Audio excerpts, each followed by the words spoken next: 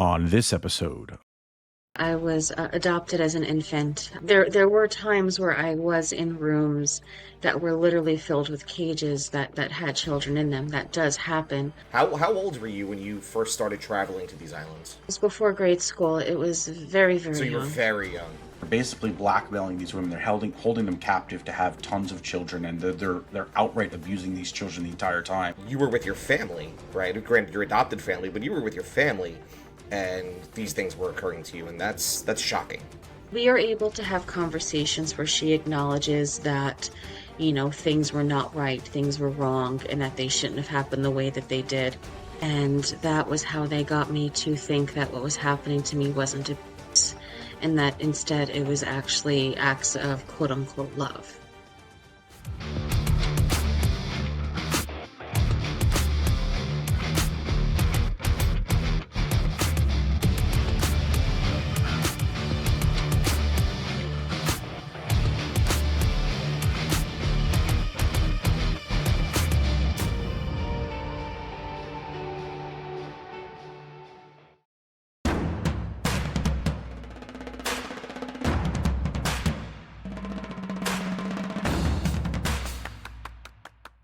Imagine a world where the shadows of power cast long and dark, ensnaring the innocent in a web of deceit and exploitation. Tonight, we delve into the murky waters of a chilling reality, where children become pawns in a game played by the elite. Our guest tonight is not just a witness, she is a survivor who has emerged from the depths of a nightmare that many refuse to believe. Sold, trafficked, and silenced, she has bravely stepped into the light to reveal the sinister connections between Epstein Island, high profile figures, and the haunting practices of child welfare systems meant to protect. Prepare yourself for a journey into the heart of darkness, where the fight for justice becomes a fight for survival. As you pour your favorite cocktail and lean in closer, remember, the truth is often scarier than fiction. Welcome to Cocktails and Conspiracies. My name is Shane Squarick, here with my co-host, Mr. Phillips. And tonight we are joined by Jennifer Guskin in what will be one of our most staggering episodes ever. Jennifer, we appreciate you being here to share your journey. Thank you for inviting me. I appreciate it. Absolutely. This is a hard one for us because the content we're going to talk about kind of deviates a lot of, how we dive into a lot of these conspiracy theories. Generally, we come in right away and ask people, who were you before this conspiracy, before you got turned on to conspiracy theories and entered this realm? Because everyone's kind of got a story about what really got them involved. But for you, this has been something that's been since birth. Is that correct? Essentially, yes. I was adopted as an infant. My understanding was that I was from what I understand, my uncle, a close family friend who I called my uncle growing up, arranged my adoption Mm-hmm. as an infant. So, a close family friend of your biological family? My adoptive family. Oh, okay, okay. So you have, to this point, assumingly, you have no idea who your biological family would have been then. I have what I've been told, and then I have what I remember, and the two Hmm. conflict.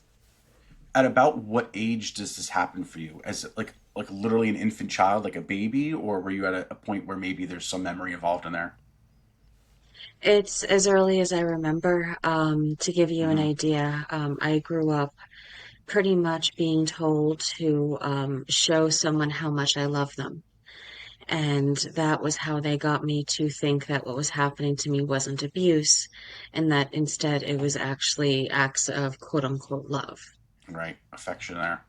It's wild because you hear that a lot in like cult theory, right? I became super Yeah. obsessed with like watching all the cult films for the last couple of years because they've always come out, and that's one of like the harrowing themes that you always see is exactly that, right? It's uh, brainwashing children to believe that what you're doing is supposed to be normal, and how are you supposed to know, right? You're a child. You're expected to trust the people that are around you. Um, what are kind of those earliest memories for you? I mean, was your childhood at that point just all kind of negative, or do you feel like you, outside of some of these incidents that we're going to get into, do you feel like you had any sort of like a normalcy in your life, like any fun, any friends, any family, supposedly? On the outside, my life seemed pretty normal. Mm-hmm. Overall, at least. However, on the inside, it was strictly controlled, strictly moderated. The movies or TV shows I was allowed to watch were run through the uncle who arranged my adoption. I had very few friends at a time. My friend groups were very, very, very small. If I wouldn't even call them groups, they were usually one, maybe two people if I was lucky. Um, I was kept overall very isolated as a child. And yeah, so I mean that was definitely a big aspect of it was it Mm-hmm. seemed normal, on the outside. And I think also another part of it was I think that there are members of the community around me who are complicit to various degrees. And I think that, part of that is also integrated, in these systems is they have them set up as communities to make it easier to be able to control those that are within it. That's pretty interesting. So, with these communities, are they based in sort of the same geographical region? Are they spread out all over the place? Like, how is that generally set up? If you can Um, remember that. from from what I understood as a child, they were just kind of scattered, in various places. They were different. They had different code words on like streets and blocks. If you knew that somebody lived in like certain housing, like how like some housing complexes will have like names on them, they'll know Hmm. that there will be certain codes that that if you lived in a complex within a certain series of names, that you were involved in certain series of things, or certain towns with certain like letters in the name, they knew that you were involved with certain things. And at least that was to my understanding growing up. What about like your neighbors? You said there's the inside and there's the outside a little bit. And obviously, when you're kind of getting somebody watching over your shoulder and controlling aspects of your life, I understand that you're not necessarily running into people on the street like you would waving hi. But do you have like memories of seeing other people outside? Were they normal people? Like, were you positioned in a situation where you're basically living in an everyday, suburban family, or was this like a compound that's set up? It was an everyday suburban family. I grew up in a little town called Merrick in New York, Oh, on Long Island. Yes. yeah, Hmm. wow. Are you That's familiar with it? Tim, maybe you a little bit more than me. I mean, we're from this area, so Long I Island's a grew hop, up skip, in and New away. York. But Yeah, I grew up in New York, but I grew up on the other side of New York. I grew up in Staten Island, not Long Island. But I know I've heard of Merrick before. It's Nassau a County. popular. I was gonna say it's Nassau County. It's a popular area on Long Island. So yeah. yeah, wow. Is that like an Y- affluent area?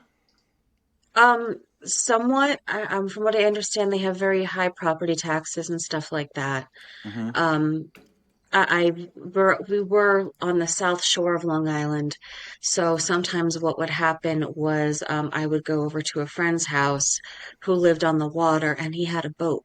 So sometimes you'd get into either his boat, or sometimes be somebody else's boat, and I would get into the boat, and I would be boated to islands off of Long Island, into facilities and stuff like that, where they would experiment on me and do stuff to me there. I'm sorry, I'm like flabbergasted at some of the things you're saying. At what age do you feel like you start to remember or realize that, like, my life probably isn't as normal as I'm being told it is? Well, it's not so much that I started to remember. The first point that I started to realize that things were off was when my family and I were watching an episode of Law and Order.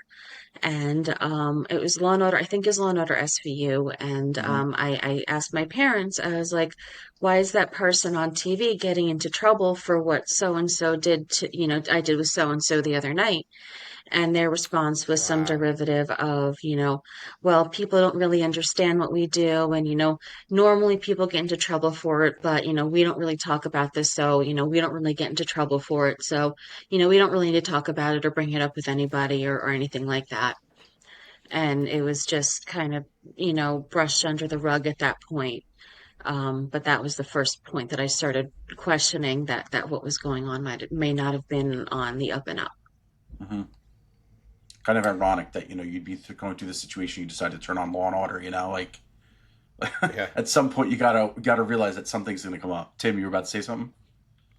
No, I just, it kind of dawned on me, like and I'm sure a lot of people other have this vision as well, right? When I think about the kind of situations that you were in, Jennifer, like me personally, I always imagine, children kind of on their own, kind of being held captive, kind of almost at a compound, if you will, and hey, maybe certain things like that do occur somewhere out the world, but I think what I mean, during a very brief conversation that we've had so far, I think it's very startling that you were with your family, right? Granted, your adopted family, but you were with your family, and these things were occurring to you, and that's shocking. And I'm there were times where I was in rooms that were literally filled with cages that had children in them. That does happen, but overall, my life was, from the outside, seemed normal, and that was also an aspect of it because I had shown very much a passion for politics, and Hmm. they saw this, and eventually they ended up starting to groom me for that. And I was among other children that they were grooming for various purposes, whether it was sports or finance or politics or law. Hmm. And for many of us, our lives seemed normal on the outside. They need our lives to seem normal on the outside. So that way, if slash when we do move up in the system, there's, the degree of a paper trail of some semblance of normalcy. Are you at any point going to like a public school? Are you homeschooled? Well, it was a mix of well, from grade roughly 1 through 6, I was in normal public school. In seventh grade, when I got to junior high school, I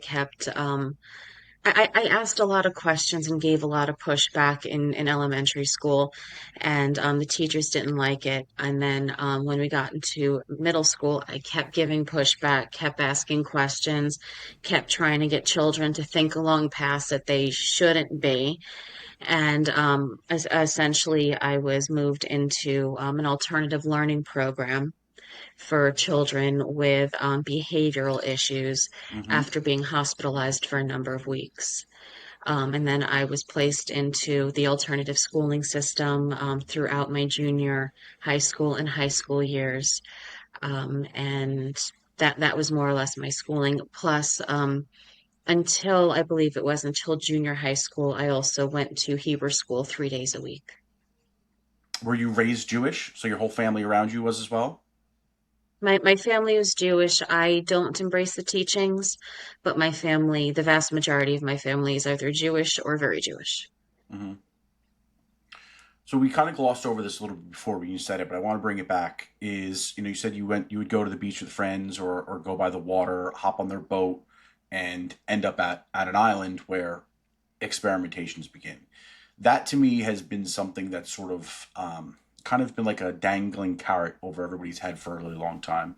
A lot of the things we've talked about on this show so far have kind of always alluded to the fact that there are things that sort of happen in the darkness, right? So Tim was alluding to that just before. You'd imagine that kids are in cages, things are happening. You get to these islands, right? Is this being pitched to you that you're going, on vacation or going out for fun with friends, or you're going for the doctor I've checkup, so to been speak?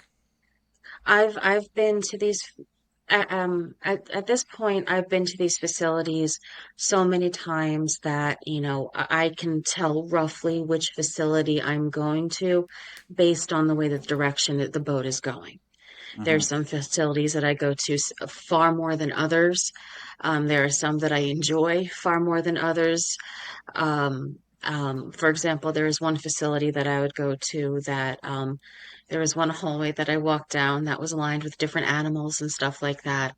And as a young child, I loved seeing all the animals. That was, one of my favorite parts of going to these places. And I'd Hmm. always look for something to hold on to enjoy. So, I mean, like I said, there were some facilities that I enjoyed far more than others, but Hmm. yeah, Maybe a weird question. How long are you on this boat traveling to these islands? it depends. Well, as in age-wise, like how many years was it going on? I meant like the duration. Like, are you sitting on a boat for like an hour, like 4 hours to get to this location, or is it like relatively quick? It wasn't like 4 hours. I don't think it ever was like 4 hours. I think maybe the longest I was ever on one of these boats was maybe an hour, and I think that that was because of turbulent water. Hmm. I don't remember it ever being very long. That's fascinating to me because that tells you that where they're going isn't necessarily out in the middle of the ocean where you're on some secluded, sequestered island. These are very well an island that's just literally sitting out in the bay, right? Like this is people might have like their little mansions on these things. You can see like especially around Long Island, right? I know the same thing is down we're down by Long Beach Island down here, but you'll get little patches of land where you get little houses on this 2 acre piece of floating swamp, Well, so and that's what the vast majority of them were. They were literally on the barrier islands that even Yep. seemed too small for the houses to be on in most hmm. cases. They were Wow. literally just, the sandbar islands that, Yep. had like for example, one of them we would get on the dock. And during the warmer seasons, there would be reeds on both sides, like walls of reeds that went to a metal door that opened up, and down we would go. And this was just like a barrier sandbar island, completely, innocuous. And as from what I see, there's no houses on it. There are houses further away off of other islands, but not on this particular, sandbar. Yet there was some kind of complex underneath that, from the outside looking in, you would never know it was there. Correct. Wow. How old were you when you first started traveling to these islands, if you can Oh recall? gosh, it was before grade school. It was very, So very you were young. very young. Okay. And Oh did yeah. you continue traveling these islands throughout your childhood, or did it stop at a certain point? Um, honestly, I believe I failed a test. And Uh huh. at that point, I was taken out of certain programs, placed in other programs. I think I remember exactly when I failed the test. I don't remember what it was, but I remember the point that Mm. I knew that I failed the test. And then I was taken out of these programs and put into different ones. So when you're saying fail the tests, and I think the word experiment, when I think experiment, I think they're tying you down, they're jabbing you with stuff, and they're trying to like make a creature out of like two. You always see in like those old horror flicks where they'll like cut off like a pig's head and put it on a dog or something like that. And that's traditionally where your mind goes with experimentation. Are you suggesting that these experiments are more like mental experiments to as you said before, they're effectively training kids to become what they want them to be, from athletes to lawyers to politicians and everything in between? Is it more that where it's like a psychological type test? Is it more of a physical test where they're hitting you with things, or is it a combination? What does that look like, if you could recall? Well, I'm sure that there are different experimentations that they use on different people, so I don't want to, I want to be clear that, just based on what I've either experienced or heard through the pipeline, but specifically what they did for most of the people that I was around, directly was mental experimentation, screwing with their minds. There was one thing that I know that they did that, to my understanding, had part to do with what's known as a moonchild ritual, is they would strap me to essentially a medical bed, and they experimented on me using various things, various, you know, and I, would disassociate, but my disassociation wasn't internal, so my personalities Mm-hmm. didn't fracture. My disassociation ended up being there was a giant window, and I would look at the moon, and I would stare at the moon while they would do what they were doing to me, and I would disassociate outwards. So like for example, that was one thing that I understood that they do to like create moon children and stuff like that. Like part of the things that they'll do to fracture our psyche. Another thing that they did, experimentation wise, is They put me in a room with a table and a bunch of puzzles, and there were usually two soldier-looking people guarding the door, and there was a I'm guessing it was a one or two-way window where they were able to see me. And on the other side, there would be usually a child, and they would be being slowly tortured to death in some various degree. And if we didn't finish, or if I didn't finish the puzzle fast enough, they would die. But if I finished the puzzle fast enough, they would survive. Like those kind of mental games. Jesus Christ. It's like a mental squid game. I'm sorry, I don't mean to make light of it. That's just All not right. every day you hear this information.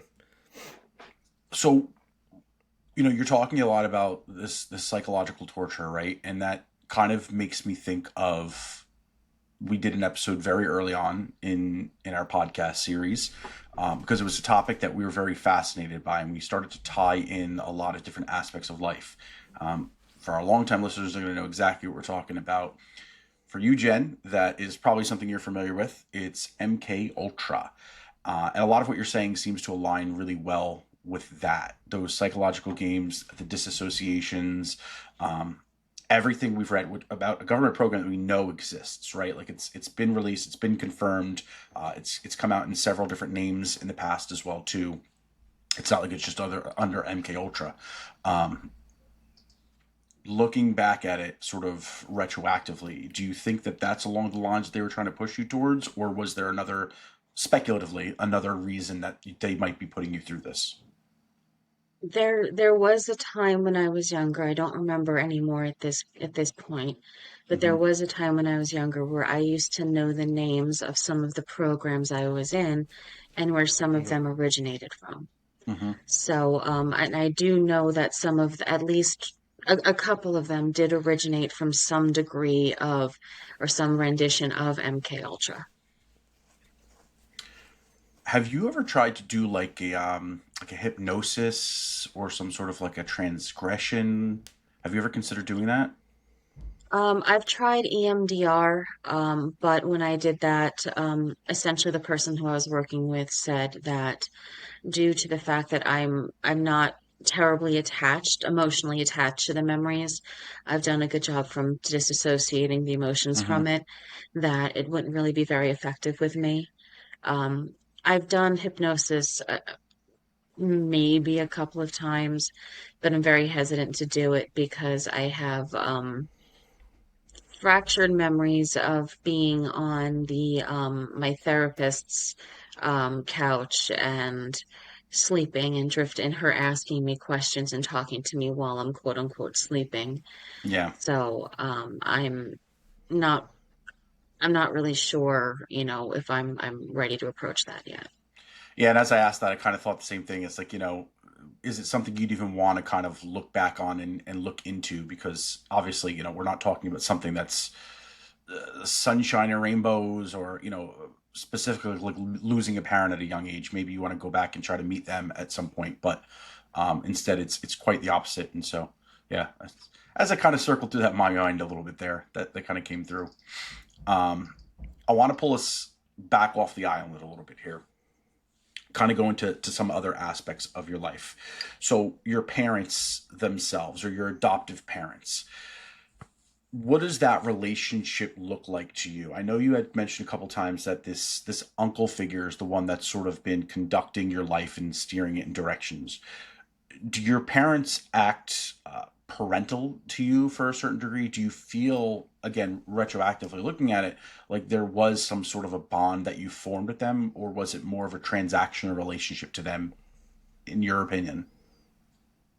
Back then, that was that is two very, very different ends of the spectrum. My Mm-hmm. father is a psychopath.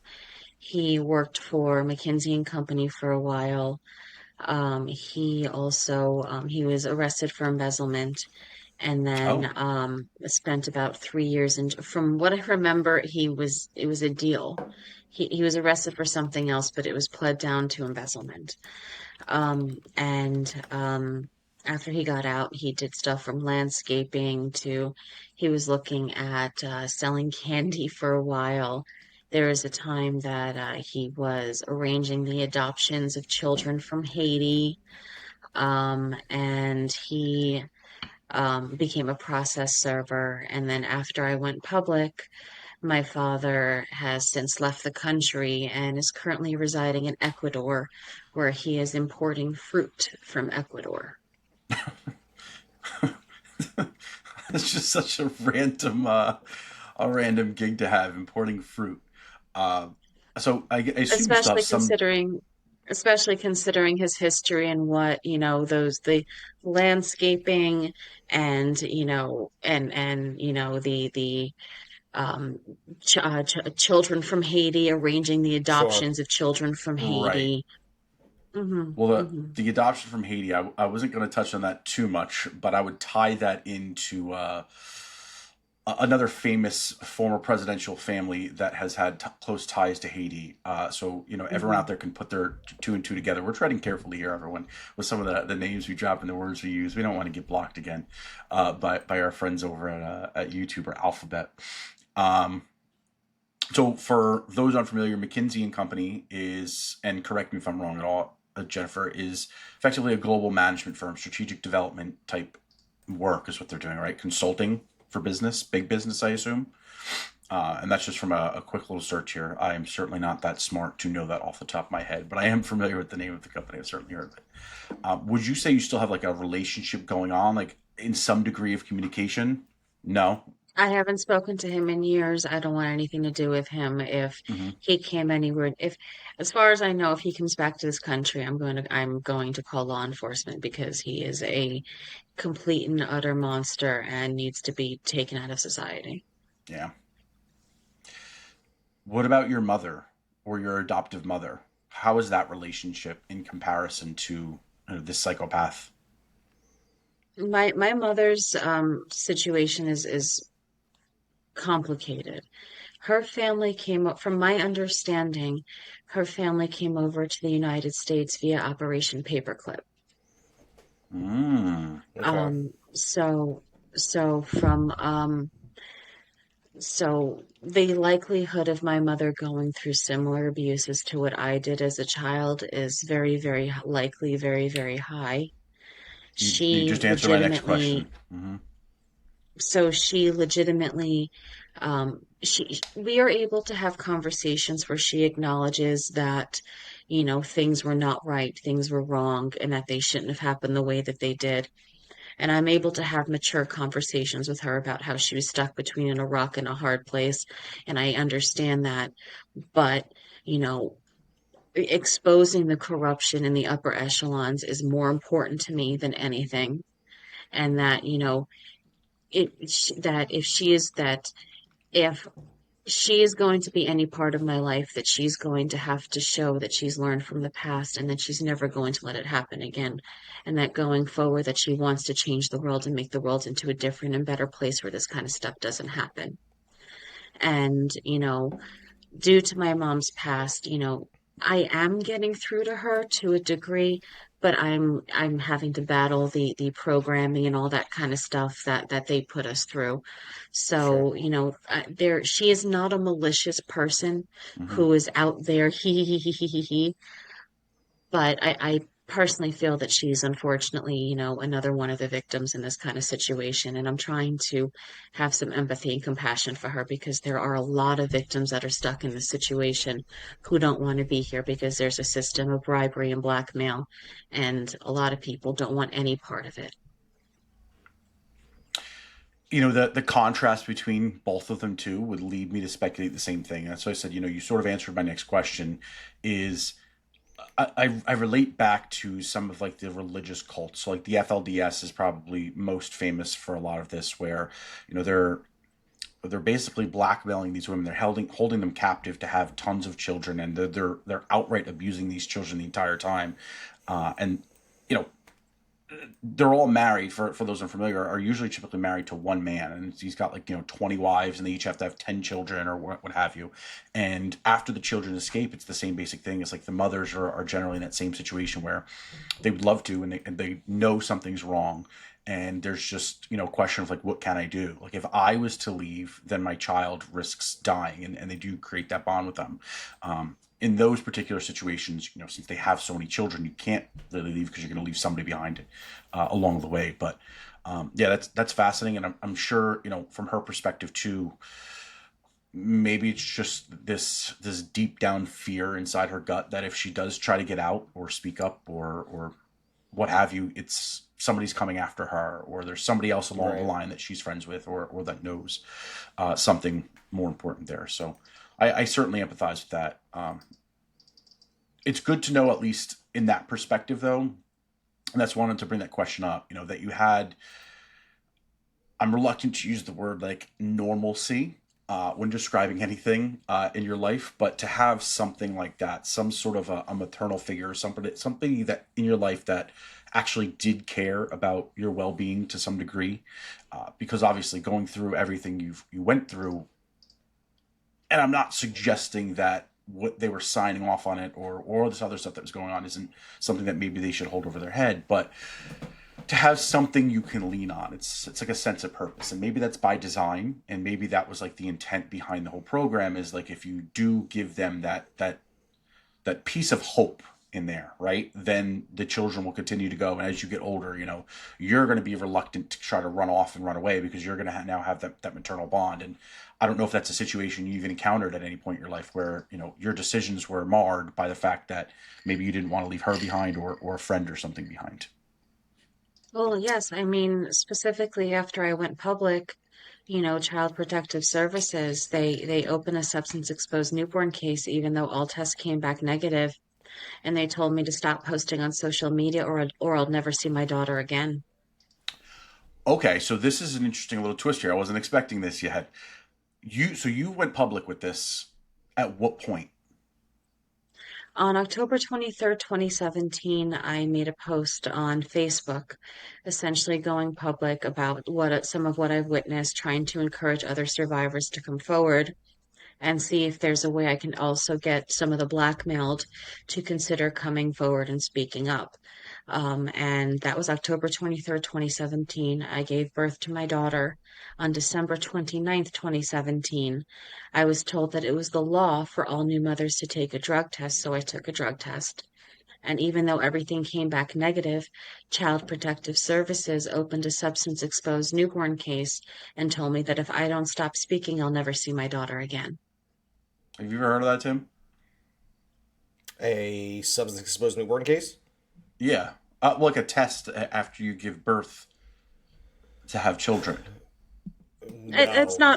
not true, but That's what I I didn't mean. want to Yeah. fight it. No, It's Right, I right, have yeah, right. three of it's them. be Yeah, and granted, I didn't personally give birth to them. My wife did, but I don't recall her ever having to go through any sort of drug screening or tests in Yeah. regard to that nature. nowhere in the country, as far as I know, it's not a law for new mothers to take a drug test. Mm-hmm. But I didn't think it was worth fighting it, so I took the drug Right. test. And even though everything came back negative, they still opened a substance exposed newborn case. Now, did they make you take this test like immediately after giving birth? Um, it was very sneaky. What they did was when they came in, it was one of those like um upside down hat thingies in the toilet to collect the urine. And it was just like one of those things of, oh yeah, it's the law for all new mothers to take a drug test. So when you go to the bathroom, just please pee in that thing. Like, all right, Got fine, it. whatever. Wow. Got it. And you had just given birth, right? So, like, I'm sure your I didn't mind is all over care. the place. Right. Right, and you First time don't mother. care, right? I mean, you just like exactly first time mother. You just gave birth. You just want to be with your child. There's hormones, there's thoughts, ideas. You're kind of all over the place, and it's just like at that point, it's just like sure, yeah, okay, whatever. Like, well, what do I give a Yeah. shit? I'm not like I'm fine. So yeah, whatever. I get it. Right. I get it. So what leads up to this point that you go public? At some point, I assume you have to kind of escape the system, right? Where does that Um, happen? well, initially I escaped when I turned I believe I was 19 at the time. I met a Marine out in California and I moved out to California for a year. Things didn't work out, unfortunately, well, things didn't work out, and I moved back to New York to live with my parents. And while I was in New York, I met Scott, my husband. My We've been together for 16 years. We're not married, but all intents and purposes, we're married. Yeah, husband So Get it? acceptable law. It's I fine. met We've him. been there. Yeah, yeah. Yeah, So yeah, my wife and I were together for many years before we were actually married, so I Uh, get you. we met on World of Warcraft actually, oh wow, awesome. and I moved out to Maryland to be with him about almost 17 years ago in January, and I've been here since. And that was essentially how I got out because, on the outside, everything seemed normal on the outside. Right. So Hmm. I'm guessing, they hoped that they would be able to pull me back in some way. But, you know, at that point in time, most of the memories from when I was much younger had been suppressed. Hmm. So at that point in time, I didn't remember the vast majority of it. Whatever they did to me in junior high school and high school, when they really stepped up, they were medicating me at the time. They were, pumping me full of medications and all that kind of stuff. And that was when they really stepped up the medicating me. So during that time period, I lost most of my memories.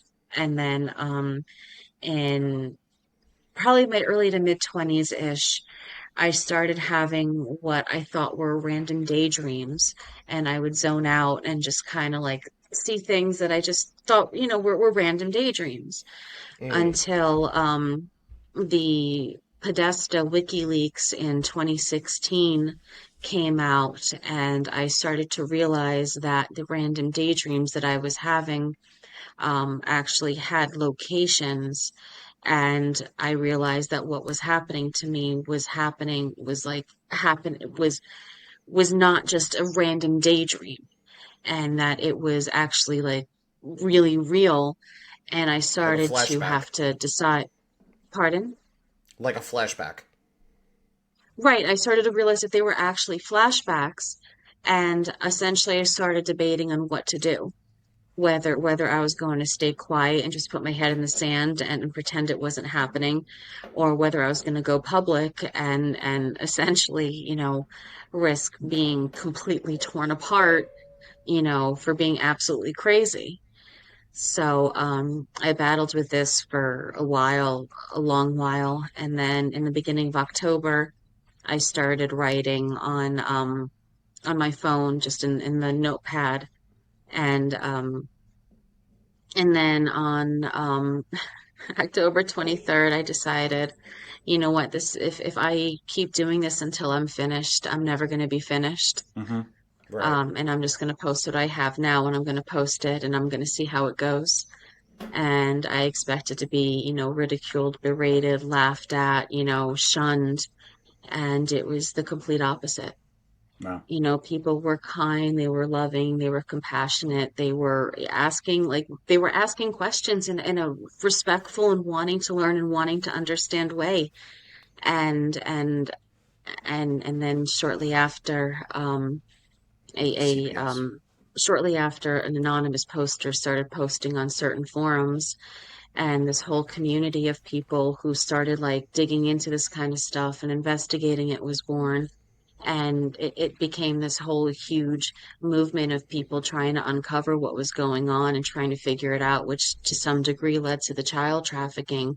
Hmm. And the cat was out of the bag. There was nothing I could do. I couldn't slink back into the shadows. I couldn't pretend that it didn't happen. It wasn't going to be forgive the term, but it wasn't going to be a 15 minutes of fame and I can just hide away. This is a Right. situation where people are actually aware of this and wanting to learn about it and understand it. And I have no choice but to keep talking. So that's where I am now. It's almost ironic in a way because you have the internet is notorious for being sort of a cesspool of people that are just willing to rip you apart for quite literally anything you say, just because they like to be villains on the internet, little trolls. And here, it's the exact opposite situation, and that's the power of the internet. It's not the only time this has ever happened. You see this pop up. All the new like Netflix murder documentaries, it's always a bunch of internet sleuths that band together in a great community and support it through. And so it's Yeah. almost reassuring to see that in a situation like this.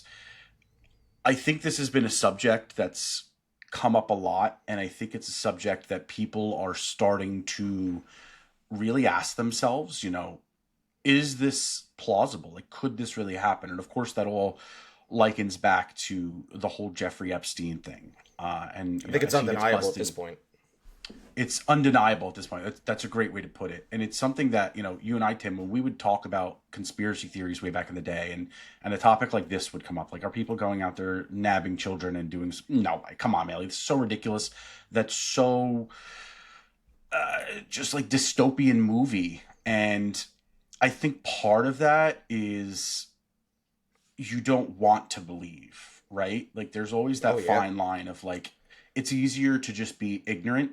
What do they say? Ignorance is bliss. That's the old quote. But it's so much easier to be ignorant and pretend that it's actually not happening than Yeah. to wrap your head around the fact that it is. Tim mentioned before that he's got 3 children. I've got 2 myself, and one of the things when Tim had his first child that we used to talk about is just how perspective changed so much on the way you look at things in life. And it wasn't until I had my own, and I say the same thing now to my friends that are having their first children, is like, your perspective on a lot of things changed dramatically. And I'll use another anecdote. Is another friend of ours, shout out to Puzo, had talked about, it was one of like, I think the Denzel Washington movies or something, where the one kid is like kidnapped and he has to like chase him down. Man of Fire, maybe, I think that was the name of the movie. Yeah. But he's like, I watched that movie and I was like in tears the whole time. He's like, I watched the movie 100 times. I always just thought it was a good action movie. But now with a child, you change your perspective. And so as this topic has sort of grown and it's kind of re-entered pop culture in a way, I think the impact that it's taken on people like Tim and I is dramatically different than what it was maybe 10 or 15 years ago, right before kids were really a thought for us at that point.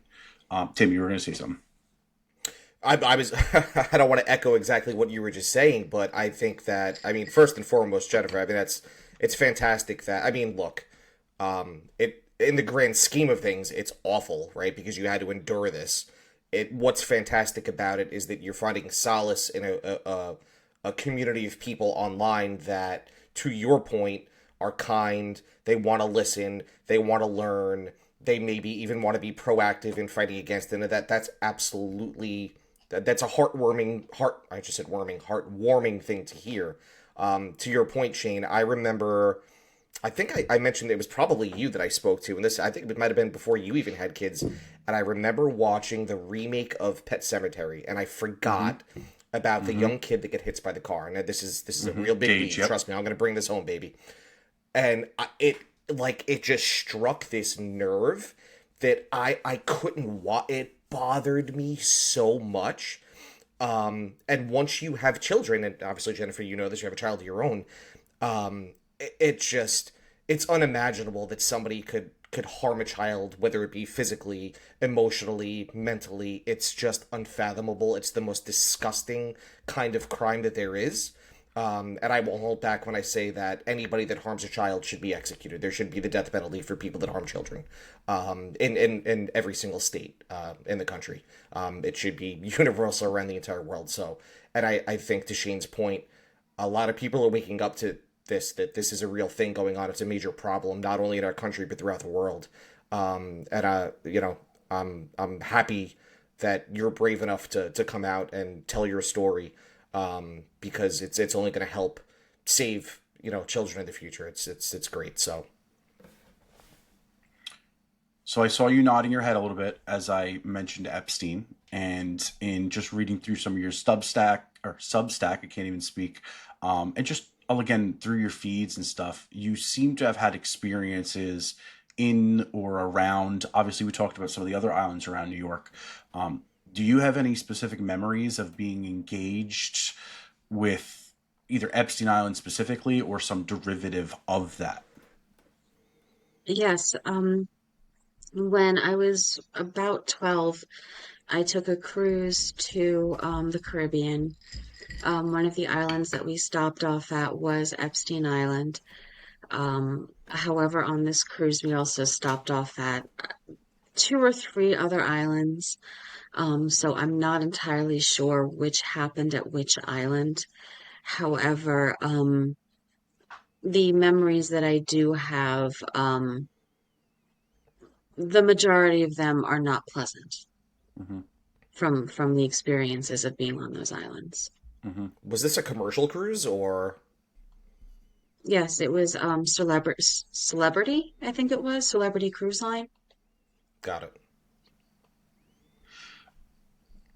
And I'm trying to figure out how to kind of navigate these questions, but as you have seen more become exposed about, possibilities of Epstein's client list, and you don't have to give me names or anything specific, are there people that are in the media, prominently on television, prominently in positions of power? Like, do you have any memories of encountering any of these people at any particular time? Yes, many of them. Without giving names, the situation I mentioned before about the Law and Order episode, Yes. the person who I had remembered, engaging with the night before was actually a prominent figure in media at the time, Wow. was a prominent news anchor at the time. Was it always negative experiences? Like, I No, guess with, okay, so that, like, you hear about the P. Diddy parties and stuff that are going on. That's the latest thing in the news. We did an episode on that not too long ago.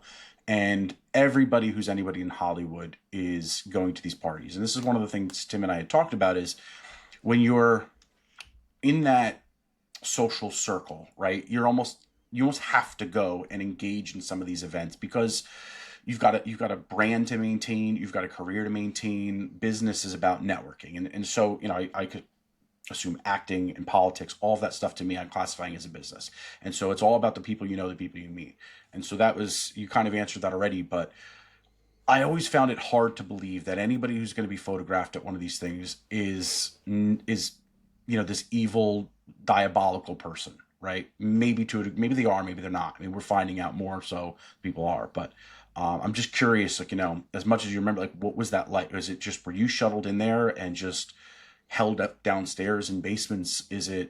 Were you engaged in like a community type thing? Were there people that were friendly with you? Were people try to ever get you out of there and help you? Or was everyone just kind of turning an eye to it? well, there's a lot to answer there. I I know. guess one thing, Sorry. sorry. I guess one thing to mention is that, there are what I refer to as normal parties and then basement parties. Hmm. Basement parties are where the shady stuff would happen, and there were normal parties where were mostly usually normal. There were plenty of situations where we would go to normal parties, and we just knew that there were certain people who didn't want any part of the basement parties. Don't talk to them about it, don't invite them to it. They just don't want any part of it. There are other people that, we knew would be at the basement parties reliably. Um, and then, there are other people that, like, for example, I've seen situations where high profile individuals who avoid the basement parties have some kind of business dealing with somebody who's at a basement party. And I've seen situations where these people have gone to locate, like, for example, I've seen them go to where there's a location where there's a basement party, and there's a couch there. And on the end of the couch, there's on one end of the couch there's a teddy bear, on the other end of the couch there's a dildo or something like that. And they'll tell the person to sit down on the couch, and yeah, just sit down right here, wait for the person, that you're, we'll go get them. And then this random photographer will come up and just take, be like, oh, hey, great to see you. Can I take a picture of you? Yeah, yeah, great. Let me take a picture. Hold on. And there'll be that picture out there, there'll be a picture of them sitting on a couch with a teddy bear on one side and a sex toy on the other. So it's not like a situation where they want to be actively involved in this kind of stuff, but, they kind of get dragged into it in those types of situations. I've also seen situations, where people are actively blackmailed, where I've seen people be forced to hurt children while being filmed under threat of death for their loved ones, of the adults' loved ones. And, I've seen those people. That's to date, that's the hardest I've ever seen a grown man cry.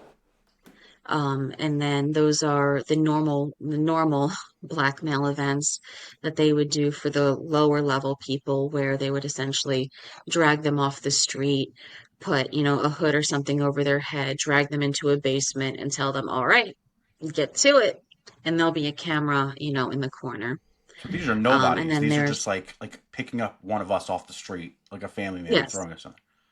I or, can't. And this or, is I've seen it happen to up and coming people. There was one election, one New York City mayoral election, where there was an up and coming, like an upstart who wanted to expose the system, and he got dragged, grabbed off the street, dragged into a basement, and was told to do the thing, and and he wouldn't do it, and not to get too graphic, he wouldn't do it, and a few days later they found his body in some water. Oh my goodness. Um, so, they're not kidding around when they say that they're gonna kill you if you don't do it. Right. right. So, but on the other end of the spectrum, there are what I call generationals, which are high level, high profile families who have been in this for a very long time, usually, or are just very, very, very deeply ingrained that dragging them off the street is just not going to happen. And I've seen these generationals be brought to what essentially looks like hotel rooms that are filled with cameras. Me as a child, I know they're filled with cameras. Them being brought in, they know it's filled with cameras. It's an unspoken understanding between the Mm-hmm. two of us. And there are plenty of times where these generationals will sit there on the bed or on the chair, usually, and just talk to us, not touch Mm, us, not do anything to us, not hurt us. There were plenty of times where they literally just sat there and asked us questions and wanted to know how we were doing. So, there are plenty of people who get dragged into this who want nothing to do with hurting children, but are forced into because they're Yeah. being blackmailed and having this leverage held over their heads.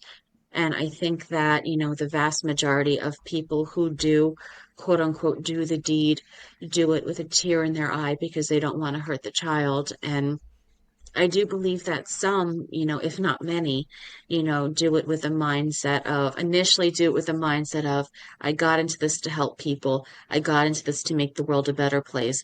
Maybe if I do this, I can break this in from the inside, and an opportunity will present itself for me to be able to break this apart from the inside. So there are sure. also, I'm sure, people that proceed with that type of mindset as well. Yeah, and I'm sure there's other people that are just to your point about the the up and comer in the mayor election, right? That are just literally fearing for their lives and the lives of their family, and say, hey, that this is I'm in an absolutely awful situation, and I don't want to hurt this child, but my children are on the line, and so given that ultimatum, what do you choose? Mm-hmm. And the sick thing is, for a lot of these situations, especially for the first session, what they'll do is they'll have somebody there who's coaching. So they'll have, Hmm. the person who they're blackmailing, and then they'll have a coach say some derivative of, look, that child's been through this before. It's not going to hurt him. He's used to it. He'll be fine. But if they kill your family and if they kill you and your family, nothing can undo that. And then nobody will be fine.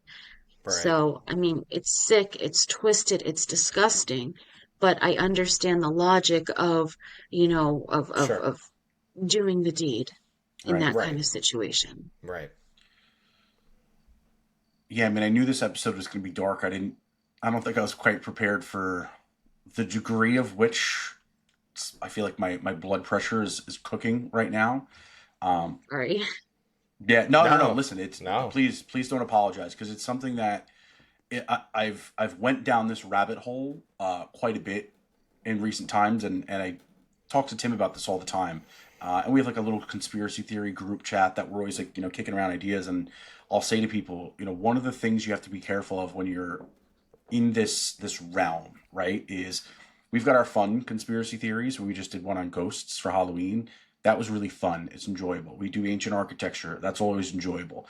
And we've been very conscious of using those to intersperse between, because once you unlock this Pandora's box and you start to kind of climb down these rabbit holes and you see or you hear these stories, or you read this stuff, and again, reading through your feeds and your Substack, we're a little more privy to some of the more fine details that you've discussed, that I don't know that we want to discuss totally here because of the shadowy bands that might come afterwards. But it is really hard to digest, and it goes back to what I was mentioning before, is like, part of you doesn't want to believe it, but now that I've already went down into it and we've tied all these pieces together, it's like everything I'm seeing is now clicking, and it's like, okay, well, this is starting to make sense. In our P. Diddy episode, I talked about a movie that just came out with Channing Tatum, and the name of it's slipping my mind right now. Blink Twice. Blink Twice, yes. And how and this is right before, or I guess right after the baby oil thing comes out, that they seized all this baby oil. And so as I watched Blink Twice, I'm not sure if you saw that already.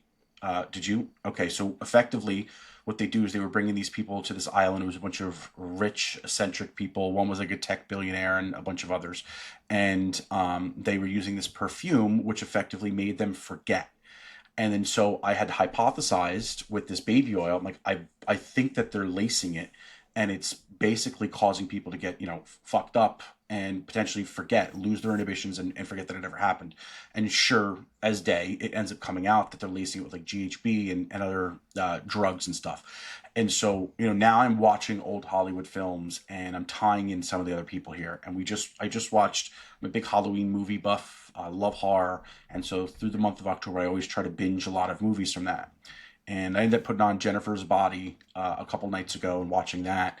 And I'm watching it, and I likened back to that P. Diddy episode where we pulled up a clip of Megan Fox talking about drinking her partner's blood, like when they're getting romantic together. And here she is, she's like eating these people's blood. Like her whole thing is like this lust for her youth. And then what's the first thing that comes to my mind is that natural chemical that's produced in the body based on fear, which is the word I don't want to say because I'm not sure if it's a scary word or not here, but I'm going to say it anyway. The adrenochrome aspects of it, right? And now the whole premise of Jennifer's Body is that she's like eating these guys who are in a state of arousal, but then all of a sudden in a state of fear. And she even comments in the movie, which was like a trigger for me. She's like, I need you to be frightened. I need you to be afraid, or something to that degree, as she turns into this monster and then like drinks their blood from their neck. And it's just like, I'm sitting there thinking, the things she said on like actual like news broadcasts of things she's enjoyed, and she outright said like, oh, I would eat a human, so forth. Like, these are things she's saying. Like, you can go watch these things on talk shows, and then like you see this movie, and it's now, because I've went down this rabbit hole so deep, I can't help but wonder, all right, well, are these movies just sort of them telling you what they're doing? Is it telling us what's happening? And then, there's been plenty of other things. The Sound of Freedom movie that came out that was getting banned in theaters all across the world. Again, those are things that are happening, right? We're all aware that it's happening, especially in third world countries, or most definitely down in South America. But you always assume that it can't happen here at home, and you're seeing it and you're hearing about it more. CPS or even like all of the adoption, like the group homes that used to happen. You're hearing people now that are of age coming out and they're speaking out about all this torture they endured to these group homes and all this assaults that they were enduring to these group homes. And it's like, why is it so far of a stretch to wonder what happened to those kids that disappeared out of those group homes, or when they were placed with these families that were shit? They were shit people, and they were hoarding these kids. Like, it is so difficult to adopt a child, as you could be a very wealthy family. You could be an upper middle class family. When I say wealthy, you could have a stable life. And then you see people that can't adopt. And then you see these like filthy slobs of people that live in squalor, and they've got like 25 kids that they've adopted. How is that happening? Right. And it's like, you start to put the pieces of the puzzle together. Perhaps we're speculating a little bit much on how it's actually happening, but I tend to bridge those gaps in my own mind, and I tend to lean into the fact that might be the case, as scary and as sad as it is. But yeah, so weaving back, it's dark for sure. And I don't know that I was expecting it to be so dark today. I guess I should have. But I've been I've been through the darkness already. And so I'm aware of what's happening. And so I think for us, it's a matter of bringing that to light as much as possible. Listening to your story here is important to us, but just the fact that you've been able to post that online and share that. Are you seeing other people that maybe you had a relationship with in the past, or maybe you've connected with since, that have spoken up because of your messages? Not that I have specifically interacted with him in my past. I have seen quite a few people speak up in general since I went public. I don't know how many have spoken up specifically because of me and my Mm-hmm. posts. And to be honest, I don't really care how much of it was directly because of me and or how much of it was because they just saw the wave of people that were Sure. coming forward. You know, I'm just glad that there is that wave of people coming forward. For sure. Yeah, For very sure. valid point. I have a question that I want to ask before I forget it, and I'm gonna jump back a little bit, and then I promise we'll get right back to where we are right now. You mentioned that you believe your mother's family came over as a part of Operation Paperclip, potentially, right? Do you know how your parents met, and do you know if your father's family had anything to do with that as well? And the reason why I ask that, and I'll tell you before I even finish, is because maybe we did, maybe we didn't talk about it in the MK Ultra episode. I know that Shane and I, we've definitely talked about it offline. But there's certainly some theories that connect Operation Paperclip and MK Ultra. Well, when I was in about fourth grade, I did a project on my paternal grandfather, who at the time I had been told had immigrated from Poland um, through Ellis Island. Hmm. It wasn't until literally a couple of years ago that I found out that that was all a lie. And he had actually came to the United States through Cuba and stole somebody's identity when he got here. Hmm. That past that, I don't really know much about my paternal grandmother. Hmm. Um, and what was the other part with that about my father and his history? Oh, and the Well, way about that my parents met. how they met, right? They were in college together, and from what I remember, the story was my mom had accidentally left a hot plate on in her college dorm, and my dad was on. Sorry, one sec. No No worries. worries. And my dad was on some kind of council overseeing the dorm. And to my understanding, because she left the hot plate on, and I think she wasn't supposed to have it, that she was at risk of getting kicked out of the college. But apparently, my dad supposedly pulled some strings and made it so that way she wasn't going to get kicked out. But in exchange, he wanted my mom to date him. Mm. So a bit of a And to my understanding, that's how the relationship started. got it. A bit of a quid quo pro predatory nature from the very beginning there. Right. Yeah. Gotcha. And again, I just, I look, what I just alluded to is it's very much so theory, right? I mean, it's, we've talked about the potential theory between Paperclip and MK Ultra, and I just was curious if there was any kind of connection there. And the reason why I asked about how your parents met is because, based upon our conversation thus far and your story, your father was the real monster in this, and he was the one that really was the one that was responsible for all of this. And I was just curious as if there was any, maybe any old family ties there, and who knows what there might actually be. I'm sure there's a lot of information that you don't know. But I just find that kind of curious. So, but now we can get back to From present what I day. understood, well, from what I understood growing up, I had been told that my father had worked for the CIA as well. Okay, The dots are very starting to interesting. connect. Mm-hmm. Jumping back to when you give birth, you have CPS come in, threaten to take your newborn child away if you don't start taking posts down. Obviously, you haven't stopped posting. What ends up happening from there, and how are you here talking to us today? Well, CPS opens a substance exposed newborn case, even though all tests came back negative. And essentially they took my daughter, in case of neglect. They claim that she was extremely malnourished in my care, but I have blood work showing that she was almost perfectly healthy in my care. They took her after about 2 weeks of medically abusing her in a hospital. They took her and records show a severe decline in her health less than 24 hours after removal.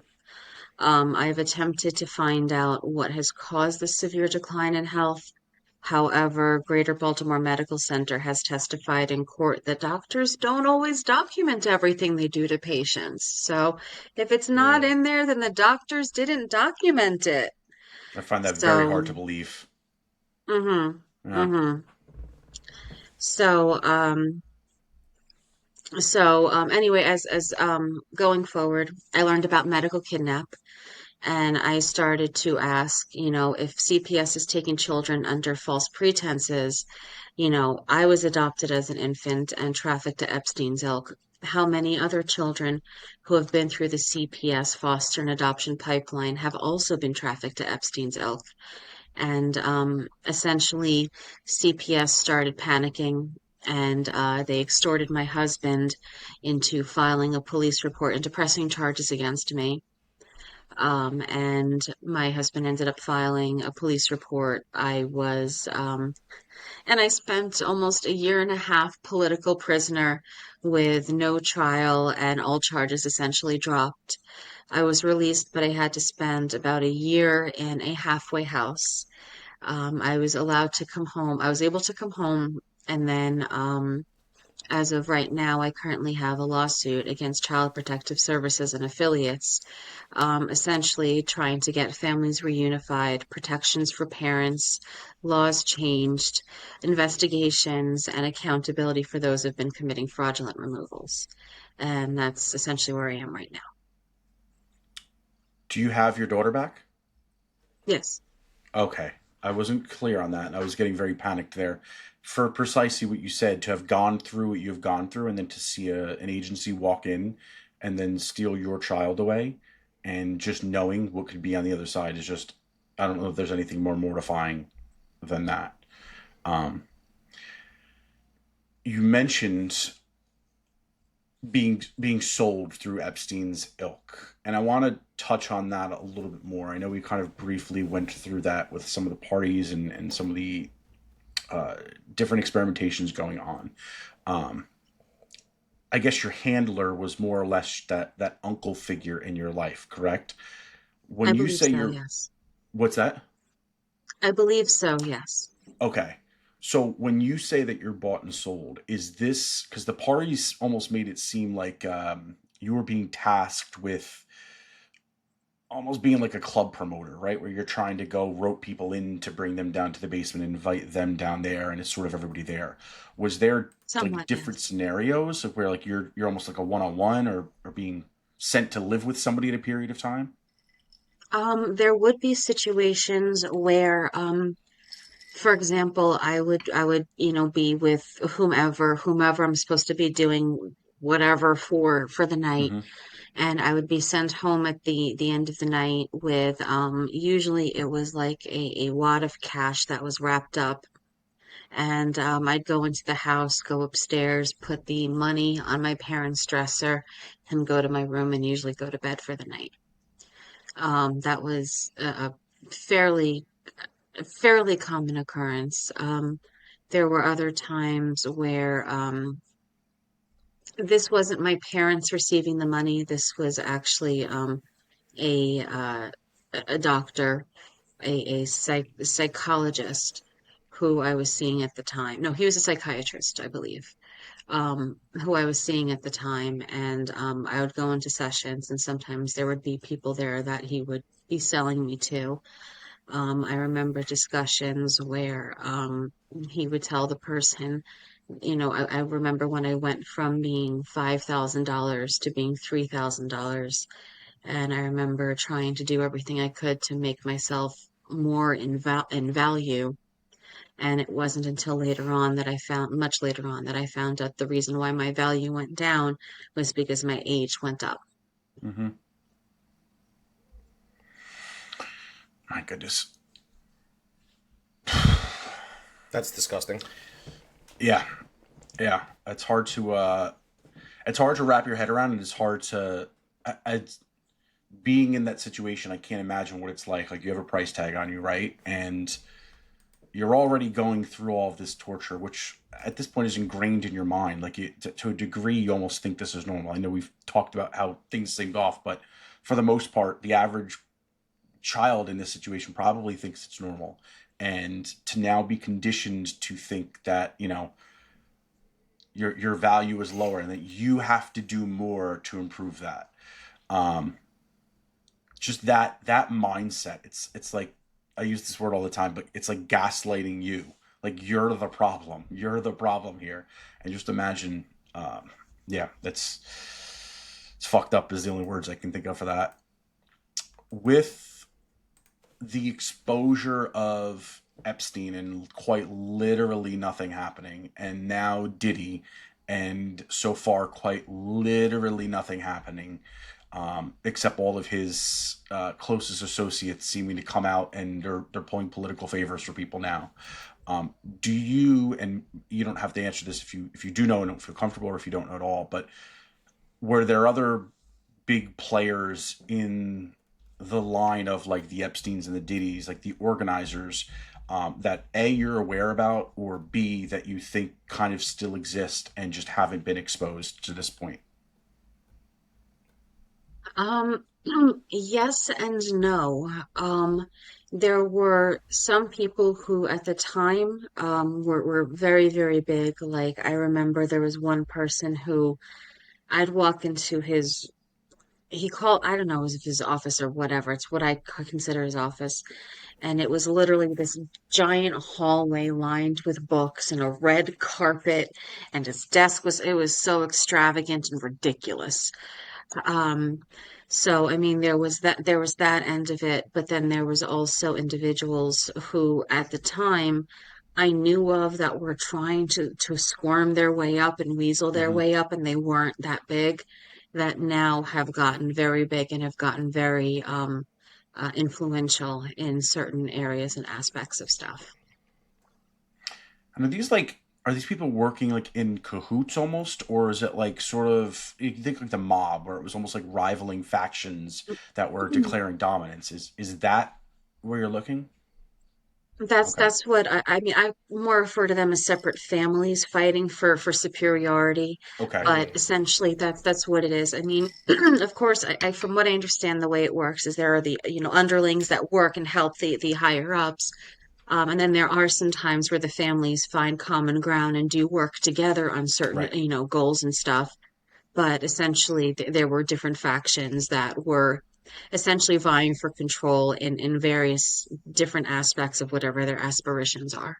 Right. So it's exactly like the mafia, essentially. Yeah, that's all it is. Yeah. Yeah, it's. I mean, it's yeah, Mobs, cartels, like yeah. it's literally funneling through there. And you see, I watched a lot of a TV show called Trafficked with Mariana Van. Oh, I can't think of her last name now.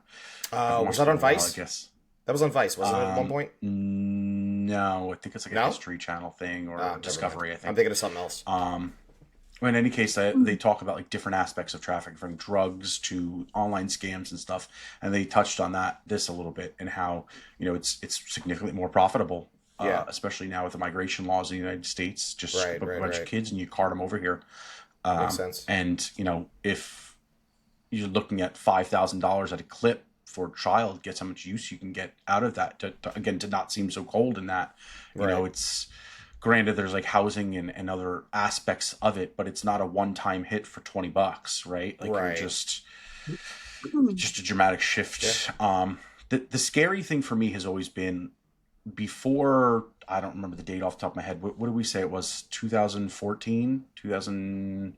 17 or something, when Jeffrey Epstein was really exposed and taken in.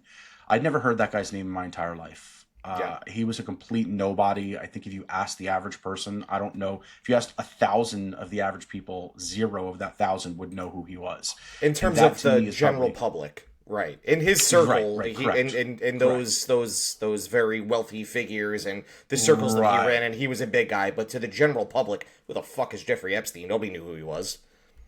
Right. And that's what frightens me the most is that like you have somebody like this that operates at such a high level and your average person has no idea who it is, which is so ironic given like the perception that Diddy has. Like I mean, he is so public facing and it's fascinating to kind of see both ends and it's almost easier to digest that it like a Diddy would do it because well I know and now I can identify what to look for. Whereas like when you have this mystery guy with Epstein and like Ghislaine Maxwell and I've seen a lot of stuff that tie in oh wow I can't Madeline McCann and her abduction to like potentially Podestas and like now you Yeah. start to tie in all these other things and it's like but again like those are people that you wouldn't necessarily know even in politics, like you generally don't. I was listening to an interview with JD Vance on Joe Rogan, and he said, I used to go on vacation all the time as a senator, and nobody knew who I was because Right. you're a senator. Nobody knows who you are. Like outside of your major metropolitans like LA or New York City, like most people don't know who politicians are. And so, when there's this corruption that leaks, that's why they always talk about the deep state too. It's like these people could be in government their whole lives. They could be in the CIA or the FBI or any of these other three-letter organizations. They can be in these contractors. You just don't know who they are because they're not so public facing. That again frightens me more than anything because it's not like you can now craft this profile on who these people are and see them walking down the street or I expect it. And to what you mentioned before about how they're scooping up regular people, I mean, the immediate thing I think of is like, well, who's going to do the dirty work, right? You're going to find somebody that you can grab and that you can convince to do all this stuff that's not tied in there. The up and coming celebrities, easy one. But if you've got longevity in them, you don't want them to do the grind work. Again, I go back to that cult way of thinking because this is the way I view it is like you always get the grunts at the bottom. Mob's the same way. There's a grunt. There's a low level guy that's going to come in, do the dirty work, off the guy for you, beat him up, rough him up. Because if something happens to him, you don't really care. But if there's something you can get along the way, Nexium was like that. Like I was always I hate to use the word fan on these things, but I was so fascinated by that because that happened really close to us and honestly really close to Long Island. And the way they preyed on people for what they did, it's the same thing. And again, it's like one of those things where I can't help but start to think about the mentality that they had in something like Nexium, where it's all these aspiring people to be actors or musicians and stuff. Well, now I'm looking at like Diddy stuff, right? And like, oh, well, it's the same sect of people. They're getting people. They're preying on their vulnerabilities, their weaknesses, their desires. And people are willing to do some crazy shit sometimes. I never thought about it from the perspective of like, okay, I've got a gun to your head, I'm going to kill your family type thing. I guess I broached on that a little bit, but it's interesting to hear you speak of that almost with empathy for that person, despite the fact that you are the victim in this scenario. But I guess so are they. I don't think there has to necessarily be one victim in some of these situations, And but and a part of the reason why I have empathy, to be honest, is maybe it's selfish. I don't know. But part of the reason why I have the empathy also is I feel that if the children and the blackmailed can come together to name those who forced us, then we will be so much closer to mm-hmm. accountability and transparency and changing this system as opposed to if we just keep, hiding and keeping our heads in the sand. If we can come together to name those who forced us, then, and there will be survivors who are willing to say, hey, look, you know, yes, this person did bad things, but look at them. They're putting their neck on the line right now. They're Right. standing up right now. They're willing to put themselves, out in the forefront to make sure this is finished and this doesn't happen anymore. We need to stand with each other. And I think that we are getting much, much, much closer to something like that happening. I 100% agree. It's a And really I would good encourage point. anybody that's out there too, if you do have a situation that happened to you that's similar, and it doesn't have to be in the same vein, it could be in any capacity, right? they can't take everybody down, right? Like they're not, Exactly. yes, if one person speaks up and whistle blows, that person's probably going to end up face down in a river somewhere. But if hundreds of people do it, if dozens of people just do it, you're not taking everybody down, because all you're doing now is confirming that what those people said is true. And I think you're right, because you see this a lot of child actors in Hollywood are starting to come out and say that they were abused on these sets, and some crazy stuff has happened with them. And again, you watch back these episodes and you see like young girls going like this with like telephones, and like, or like with there's one, I don't know if it was like iCarly or something like that from that Nickelodeon documentary, and she's like squeezing or massaging like a lotion, and it squirts all over her face. Yeah. And again, now I was too early for the iCarly days, and my kids were too young, so I missed it from that direction as well. But like that generation of films, as you see it, and it's like, well, if I saw that as a child, I have no idea what that is. And even if I saw it with my parent as a parent, like I probably wouldn't have thought twice about it. But Sure. now you're seeing in the context that these people are also coming out and making these claims. And then you see the people that were directing the films and stuff that like are getting arrested for this stuff. Well, somebody had to speak out at some point, right? They don't all have to be famous. That's I think a big misconception now. Well, who's going to listen to me because I'm just, little old Shane or little old Jennifer? Like, who's going to listen to me?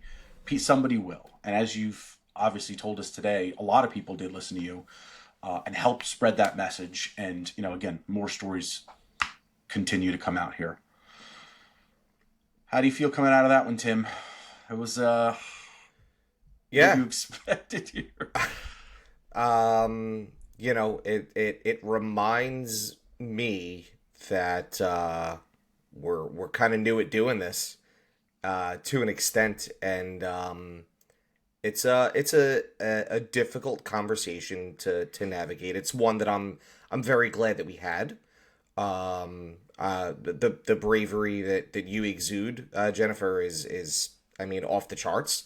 To not only come out and put your words out there, in terms of written words on the internet, but I don't know if you've done any other interviews or podcasts or anything like this before, but to come out and to tell your story with us is incredibly brave to do, especially all that you've gone through, not only as a child, but then also as an adult with your daughter, and you have a lot on the line. I mean, you have a child, you have things to lose, right? You're not somebody who's completely broken and disenfranchised, and you've got nothing to lose. So why not? Let's do it. I mean, you've got a reason to live a normal life and to raise your child as a normal, healthy person. So to come out here and to tell your story to us, I think it's absolutely commendable. Isn't saying enough. And I thank you. I probably said 27 times because I don't really know what else to say. But yeah, but thank you. Thank you very much for joining us tonight. If Thank you for if inviting me, and thank you for thank you for giving survivors a voice, and thank you for asking the tough questions that a lot of people won't ask. The fact that you're willing to dive into these subjects and talk about them and bring attention to them, that also speaks a lot for the bravery of the people in this community and the people who are willing to do this. So thank you very much for your role in this. Well, we appreciate it. That's very kind. I think we take a very small role in this, but we're happy to be a part of your journey and your message here. Where can people continue to find you and follow your story and some of the things that you're advocating for out there on the internet? I am most active on X, so you can find me on x.com/CT Survivor17. That's CT Survivor 17, CT as in child trafficking. I'm also on Substack, jenniferguskin.substack.com. And that is primarily it. Yes. And to our audience, we'll post that in the comments or the description section below if you're on Spotify, YouTube, or Rumble. On X or Instagram, we'll also post those in the comments for you all to check out there, which is a great reminder that if you have not liked this video, subscribed, followed, or whatever channel you're on, please do that. We did get our first strike on YouTube, so make sure you're following us on other channels just in case we don't come back on this one. We do appreciate all your support, and please, please, please do share these messages. And if you do have a story similar to this, share it. You don't have to share it publicly. You can share it anonymously, but get it out there. I'm sure it's cathartic in a way, but you never know who you're going to empower beyond that. Until next time, everyone, thanks for being here.